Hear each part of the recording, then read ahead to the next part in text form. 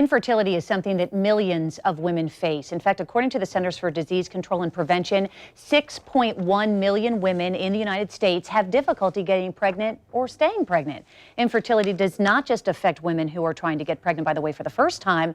Secondary infertility is when a woman who has already had a baby is now struggling to conceive again.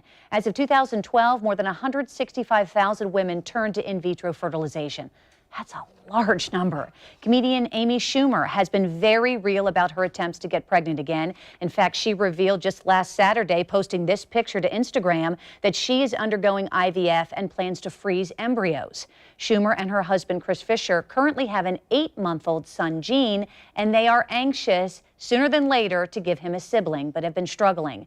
Dr. Melina Henney with the Florida Institute for Reproductive Medicine here in Jacksonville joins me now. Good morning. Thank you for being here. Appreciate it. It's a pleasure. So how unusual is it that a couple would struggle to get pregnant a second time? It's actually very common.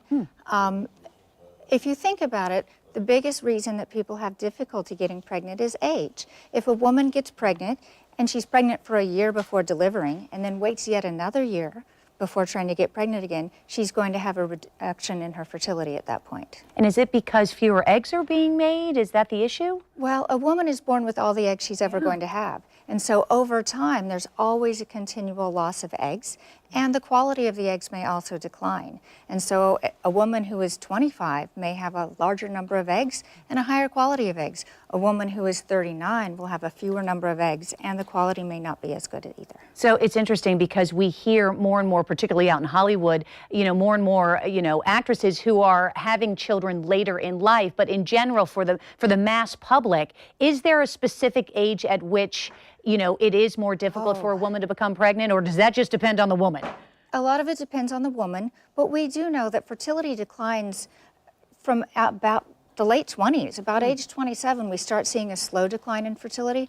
About age 37 to 38, that decline becomes much more rapid.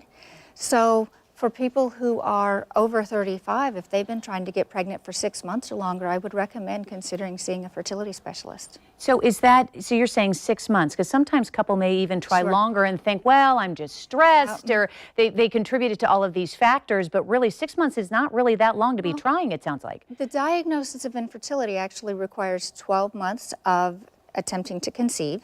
However, for women who are older, we don't have as much time, and so if they haven't conceived in 6 months, if they wait yet another 6 months, it may be even more difficult for them. And are you speaking specifically of women maybe who are 35 and older, or what if you're 32 as an example, and you've been trying for 6 months? For someone who is under 35, I would recommend giving it about 12 months of trying, unless there's a few factors that may play a role. If you've had any sort of tubal issues in the past, for people who don't have regular periods, we need to see you sooner. And what are the top 3 or 4 reasons usually after someone has come to you that you find is preventing or making it difficult for a couple to conceive? I would say some of the top reasons would probably be an age-related decline in fertility. There's also male factor for infertility, because about 50% of couples will either have male factor alone or a combination of male and female factors. So if it's age-related, male factor, which may be kind of subtle, would probably be the top 2 reasons. And it's interesting because you wouldn't necessarily know as a couple if there is a factor with your husband or your spouse or yourself. You may not even know you have endometriosis as an example. Not unless you get tested. Thank you, doctor, for being here. Good information. Really appreciate it. Absolutely.